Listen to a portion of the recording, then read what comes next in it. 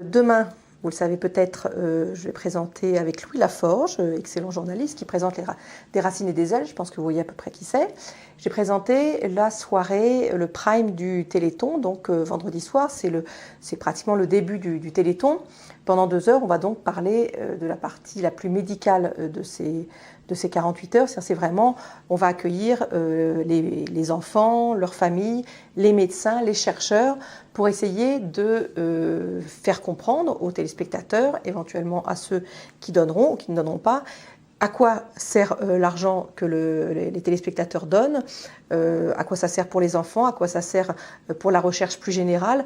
Donc c'est vraiment la partie de 2 heures médicale, mais quand on dit médicale, ce n'est pas la partie ennuyeuse, hein, c'est une partie extrêmement humaine et extrêmement au plus près des patients, mais on va vous expliquer vraiment médicalement où on en est de la recherche, d'où on est parti et où on va.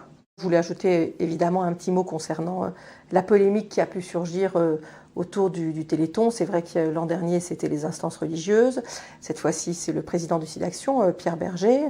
Bon, je crois que cette polémique est malvenue. Elle est malvenue parce que l'argent du Téléthon ne concerne pas que les enfants myopathes. C'est une critique qui est faite donc au Téléthon. Bien sûr que ça permet de soigner des enfants qui sont atteints de ces maladies génétiques. On en a la preuve avec un succès récent où 2 enfants viennent d'être traités avec succès. Ils avaient une adrénoleucodystrophie. Ils risquaient d'être gravement handicapés toute leur vie. On les a soignés, on a fait une thérapie génique. Ça, c'est le Téléthon. Tant mieux pour ces enfants, tant mieux pour les autres qui vont être traités. Mais l'argent du Téléthon sert à énormément d'autres maladies. Et on en a là aussi la preuve avec les travaux remarquables de Marc Péchanski, qui vient d'arriver à fabriquer une peau grâce à des cellules souches. C'est en partie l'argent du Téléthon qui a permis ça. Et ça, c'est pas pour des enfants myopathes. Ça va être en l'occurrence utile pour les grands brûlés, pour les patients diabétiques qui cicatrisent mal. Donc on est vraiment tout à fait large par rapport à ça.